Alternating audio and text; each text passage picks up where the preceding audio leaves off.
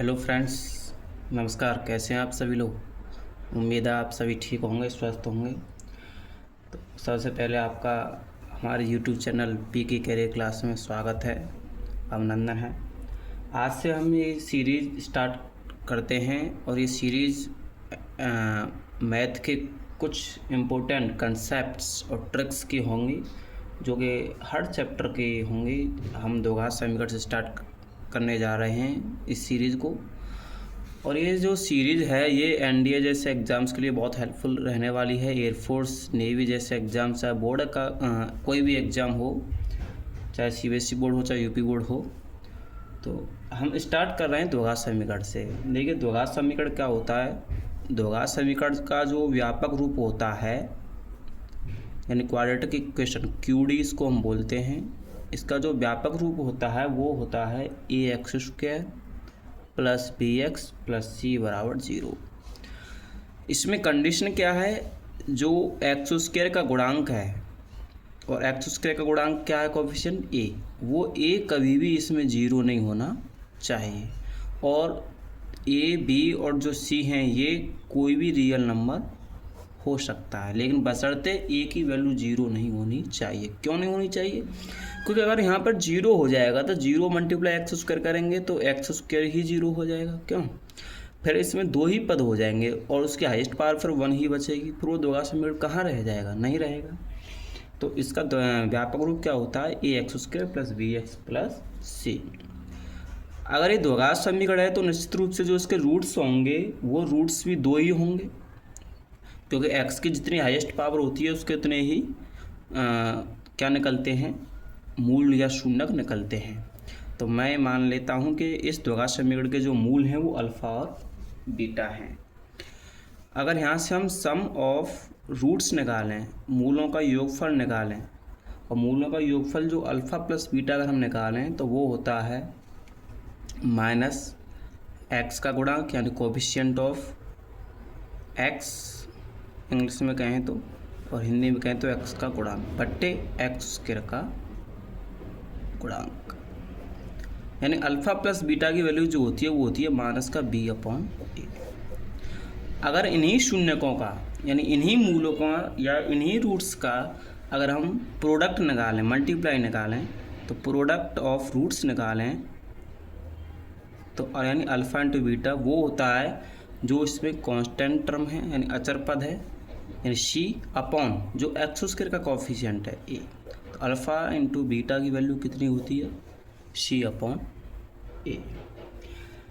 अच्छा, अगर आपको दिया हो कि सम ऑफ रूट्स दिए हों alpha plus beta and product of roots alpha into beta दिया हो, तो उस समय पे जो द्विघात समीकरण बनाएंगे, हम क्वाड्रेटिक इक्वेशन बनाएंगे, तो उसका फॉर्म क्या होता है, वो होता है एक्स स्क्वायर माइनस इन दोनों का sum alpha plus beta into x plus alpha into beta बराबर 0। ये द्विघात समीकरण बन के तैयार हो जाता है। हम कह सकते हैं कि एक्स स्क्वायर माइनस मूलों का योगफल इंटू एक्स प्लस मूलों का गुणनफल बराबर 0। अगर आपको 2 मूल दिए हैं अल्फ़ा और बीटा और आपसे बोला जाए कि इससे द्विघात समीकरण बनाइए, तो इस तरीके से हम बना सकते हैं। जैसे एग्जाम्पल के लिए मैं इसके आधार पर एक एग्जाम्पल लेता हूँ कि एग्जाम्पल है कि द्विघात समीकरण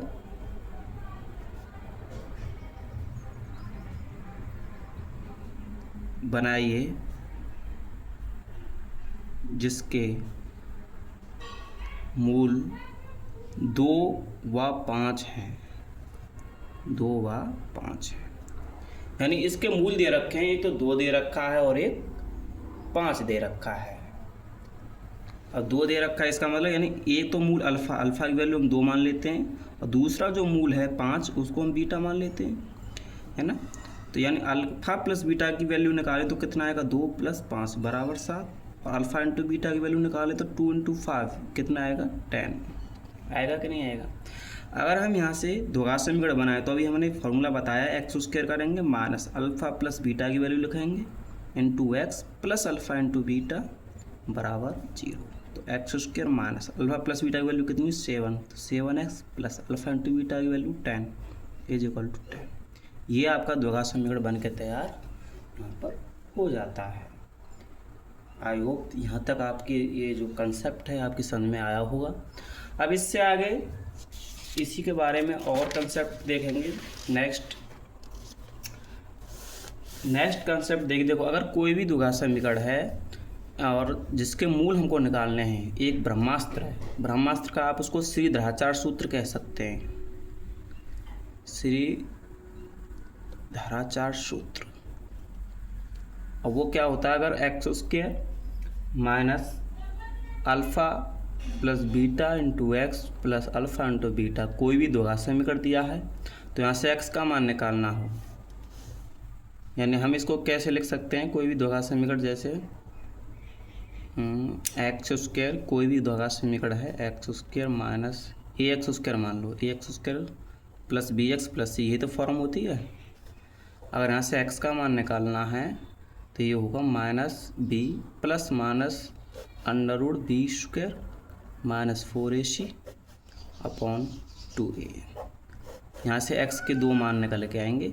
इसी को हम श्रीधराचार्य फार्मूला के नाम से जानते हैं, श्रीधराचार्य सूत्र। मैं इसके आधार पर एक क्वेश्चन बता देता हूँ। जैसे कोई भी एग्जाम्पल है, जैसे 3x square plus 4x plus 6 बराबर 0। अगर हमें यहाँ से इसके मूल निकालने हैं, रूट्स निकालने हैं, तो कैसे निकालेंगे, यहाँ से ये a की वैल्यू 3 हो जाएगी, b की वैल्यू 4 हो जाएगी, c की वैल्यू 6। तो x की वैल्यू निकालेंगे तो माइनस b की वैल्यू कितनी है 4 प्लस माइनस अंडर रूट 4 का स्क्वायर माइनस 4ac होता है तो 4 मल्टीप्लाई 3 मल्टीप्लाई 6 अपॉन 2a, और 2 इंटू a की वैल्यू कितनी है 3। तो x की वैल्यू आ जाएगी माइनस के 4 प्लस माइनस अंडर रूट 4 का स्क्वायर 16 माइनस इसका मल्टीप्लाई कर देंगे तो जी 4 तिया 12 6 72 बट्टे 6 आ जाएगा। तो यहाँ से x की वैल्यू कितनी आएगी -4 प्लस माइनस अंडर रूट में ये माइनस में आएगा, ये आ जाएगा 12 में से 6 जाएंगे तो 6, ये 56 हो जाएगा अपॉन 6। अब देखो यहाँ पर अंडर रूट में जो वैल्यू आई है वो नेगेटिव आई है। इस केस में क्या होता है, अगर कोई भी अंडर रूट में वैल्यू माइनस में आ जाती है तो वो एक इमेजिनरी संख्या बन जाती है, काल्पनिक संख्या बन जाती है, जिसको हम आयोटा के नाम से जानते हैं। ये 11th क्लास में पढ़ा हुआ कॉम्प्लेक्स नंबर में। तो x की वैल्यू अगर निकालें तो x की वैल्यू आ जाएगी -4 प्लस माइनस अंडर रूट 56, और यहाँ जो माइनस है वो माइनस किस में बदल जाएगा आयोटा में बट्टे 6। तो x की वैल्यू 2 प्राप्त होंगी, एक तो -4 प्लस अंडर रूट 56 आयोटा बट्टे 6, जो दूसरी वैल्यू प्राप्त होगी वो होगी -4। पहले हम एक बार प्लस का चिन्ह लेंगे और अब माइनस का, एक बार पॉजिटिव साइन लेने पर और एक बार नेगेटिव, 56 आयोटा अपॉन 6। यही इसके क्या निकल के आएंगे मूल। आई होप ये आपकी बात समझ में आई होगी। तो अगला कंसेप्ट है, देखो अगर ये अंडर रूट में जो वैल्यू है ये जो b² - 4ac निकाला, ये इस द्विघात समीकरण का जो होता है वो होता है विविक्तर। अब इस विविक्तर के बारे में देखेंगे कि ये पॉजिटिव हो तो इसकी क्या क्या स्थितियाँ होती हैं, क्या क्या कंडीशन होती हैं, है ना, इसका नेचर प्रकृति कैसी होती है, इन मूलों की प्रकृति जानेंगे अब। और मूलों की प्रकृति जानने के लिए सबसे पहले आपको विविक्तर के बारे में जानकारी होनी अति आवश्यक है। तो किसी भी द्विघात समीकरण का जो विविक्तर होता है वो कैसे निकालते हैं, देखो जो द्विघात समीकरण में बार बार लिख रहा हूँ ax² plus bx plus c बराबर 0, इसी के फॉर्म में होता है। अगर हमें इसका विविक्तर निकालना है, डिस्क्रिमिनेंट कहते हैं इसको, विविक्तर इसको कहते हैं डिस्क्रिमिनेंट, DISCRI डिस्क्रिमिनेंट। इसको हम किससे दर्शाते हैं, D से। निकालने का क्या तरीका है, जो बी स्क्वायर माइनस 4ac होता है, इसका फॉर्मूला क्या होता है, बी स्क्वायर माइनस 4ac। अगर ये बी स्क्वायर माइनस 4ac में केस लिख देता हूँ, तो पहला केस है, अगर ये बी स्क्वायर माइनस 4ac 0 से बड़ा आए, यानी डी की वैल्यू 0 से बड़ी आए, और 0 से बड़ी आए तो उसके जो मूल होंगे, जो रूट्स होंगे, वो हमेशा रियल कहलाएंगे, यानी वास्तविक कहलाएंगे, एंड साथ के साथ असमान कहलाएंगे, यानी वास्तविक और असमान। असमान का मतलब अलग अलग, यानी डिस्टिंक्ट या अनइक्वल कह सकते हैं। वास्तविक एवं असमान, यानी अगर किसी भी द्विघात समीकरण विभक्तर 0 से बड़ा आए, यानी बी स्क्वायर माइनस 4ac की वैल्यू क्या आए, 0 से बड़ी, तो उस केस में जो मूलों की जो प्रकृति होती है, नेचर ऑफ रूट्स होते हैं, वो वास्तविक होते हैं और असमान होते हैं। अच्छा, अगर d का मान 0 के बराबर आ जाए तब क्या होगा, तब जो रूट्स होते हैं वो रियल तो होते ही होते हैं, लेकिन साथ के साथ समान होते हैं। क्या होते हैं, समान। तो वास्तविक एवं समान। थर्ड केस क्या होता है, ऐसा भी हो सकता है जो विभक्तर है इसकी वैल्यू 0 से कम भी हो सकती है। तो इस केस में जो रूट्स का जो नेचर होता है, जो प्रकृति होती है, वो काल्पनिक होती है। जैसे अभी हमने बताया था, इसमें d की वैल्यू जो आई थी, यानी यहाँ पर बी स्क्वायर माइनस 4ac की वैल्यू जो आई थी, यहाँ अंडर रूट में माइनस में आई थी, है ना। तो माइनस में आई थी, ये एक इमेजरी नंबर बन गया, नहीं बना, ये काल्पनिक संख्या होती है। क्या होती है, काल्पनिक संख्या। तो इसके जो रूट्स हैं ये रियल नहीं है, ये कैसे रूट्स हैं, इमेजनरी। कैसे रूट्स हैं, इमेजनरी। तो अगर d की वैल्यू 0 से कम आए तो इस केस में जो इसके मूल होंगे वो होंगे काल्पनिक। तो इस केस में जो रूट्स होंगे वो काल्पनिक होंगे, और साथ ही साथ असमान होंगे, यानी इमेजनरी। इसकी प्रकृति जो रूट्स की जो नेचर होगा रूट्स का, वो एक इमेजिनरी नंबर होगा, और साथ ही साथ असमान यानी अनइक्वल होंगे। आई होप ये 3 शर्तें आपकी समझ में आई होंगी। और चौथी शर्त क्या है, चौथा केस क्या है विभक्तर के बारे में, अगर ये विभक्तर पूर्ण वर्ग आए, अगर ये क्या है विभक्तर यानी d की वैल्यू, यदि विभक्तर यानी d पूर्ण वर्ग आए, पूर्ण वर्ग आए, तो जो मूल होते हैं, जो रूट्स होते हैं, वो परमेय होते हैं। परमेय का मतलब रेशनल।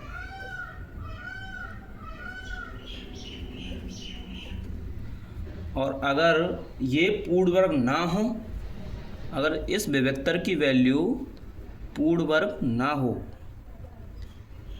पूर्ण वर्ग ना हो, तब मूल क्या होते हैं, तब मूल अपरमेय कहलाएंगे। क्या कहलाएंगे, अपरमेय, जिसको हम क्या कहते हैं, इररेशनल, इरेशनल होंगे।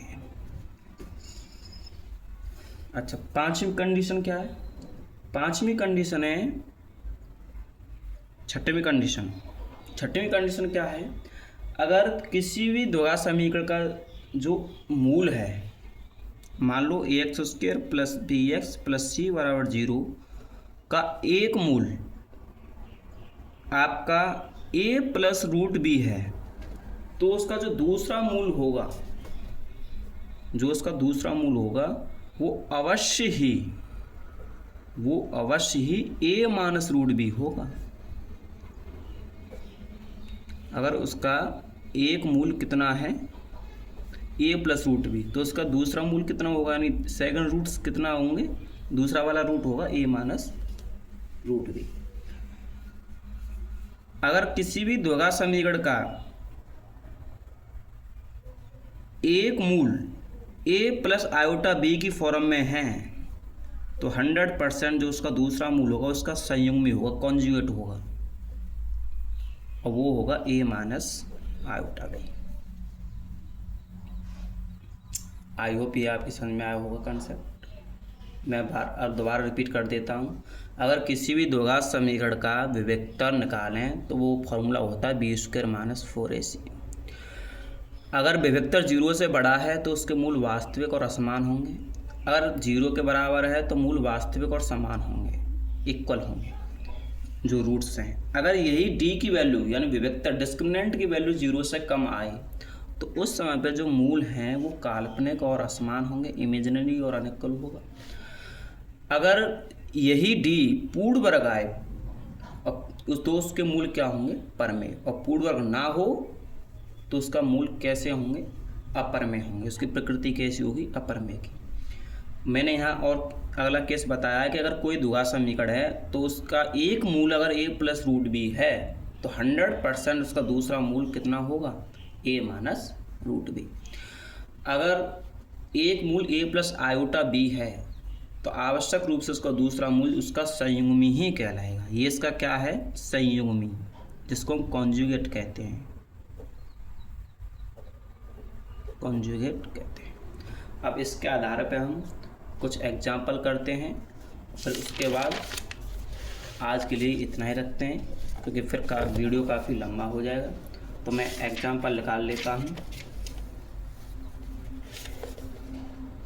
जैसे मैंने कहा, एक एग्जाम्पल है कि एक द्विघात समीकरण है 25x² यानी 25x² प्लस 20x प्लस 7 बराबर 0। आपको नेचर ऑफ रूट्स बताने हैं, मूलों की प्रकृति।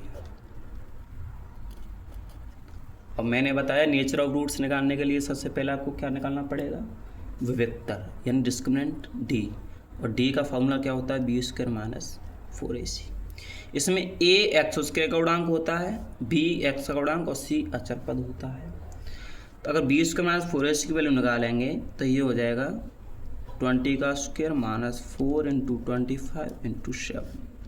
20 का स्क्वायर कितना 400 माइनस इसका मल्टीप्लाई करेंगे तो कितना आएगा 700, सब्ट्रैक्ट करेंगे तो माइनस का 300, जो कितना है वो 0 से कम है, यानी यहाँ पे जो विभक्तर है डिस्क्रिमिनेंट है वो 0 से कम आया है, छोटा आया है।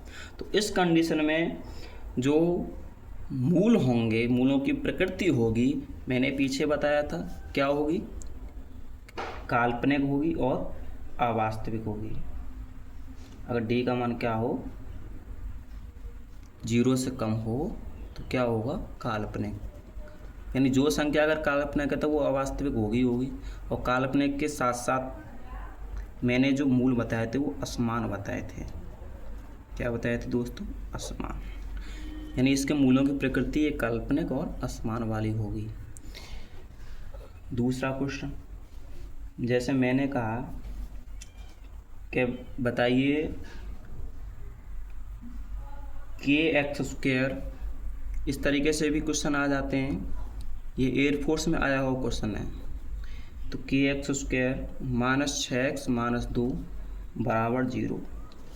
स्पष्ट रूप से दिया है कि इसके मूल क्या हैं, वास्तविक हैं, के मूल वास्तविक हैं। तब k का मान ज्ञात कीजिए।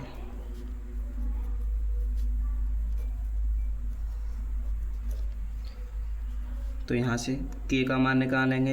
अब मूल वास्तविक हैं, अब मूल वास्तविक के लिए क्या कंडीशन थी, जो उसका विभक्तर है d वो क्या होना चाहिए, 0, यानी b² माइनस 4ac की वैल्यू यहाँ पर कितनी होगी, 0। b की वैल्यू कितनी है, x का गुणांक यानी माइनस 6 का स्क्वायर माइनस 4 इंटू a की वैल्यू k है, c की वैल्यू माइनस 2 है, बराबर 0। ये आ जाएगा 36 माइनस माइनस प्लस 4 दूनी 8 के बराबर 0। क्यों। अब यहाँ से एक्स के की वैल्यू निकालेंगे तो ये हो जाएगा माइनस का 36/8 यानी 9/2। तो के की वैल्यू आ जाएगी माइनस के 9/2। माइनस 9/2 के बराबर ही हो सकती है, लेकिन वास्तविक के लिए दो कंडीशन बताई थी। एक तो डी की वैल्यू 0 के बराबर हो सकती है और डी की वैल्यू 0 से बड़ी भी हो सकती है। किसी भी द्विघात समीकरण के जो मूल हैं वो वास्तविक होने के लिए दो शर्त होनी चाहिए, या तो डी का मान 0 के बराबर या डी का मान 0 से बड़ा। तो के का मान क्या आया है -9/2, तो -9/2 भी हो सकता है के का मान, और -9/2 से बड़ा भी हो सकता है। तो हम कह सकते हैं जो के का मान है वो -2/2 -9/2 से बड़ा या फिर बराबर भी हो सकता है। ये आपका फाइनली आंसर है।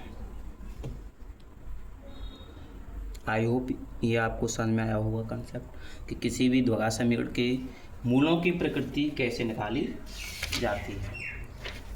अब मैं आपको एक क्वेश्चन देता हूं और फिर आप उस क्वेश्चन का जो आंसर है वो कमेंट बॉक्स में ज़रूर देना है।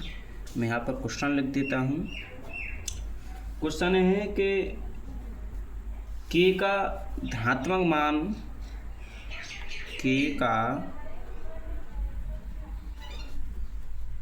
धनात्मक मान क्या होगा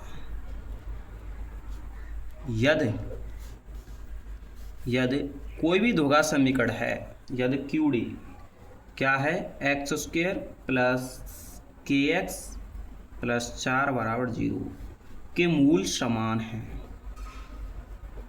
के मूल समान है। और मूल समान होने के लिए मैंने कंडीशन आपको बताई रखी है, विभक्तर का मान क्या होना चाहिए 0।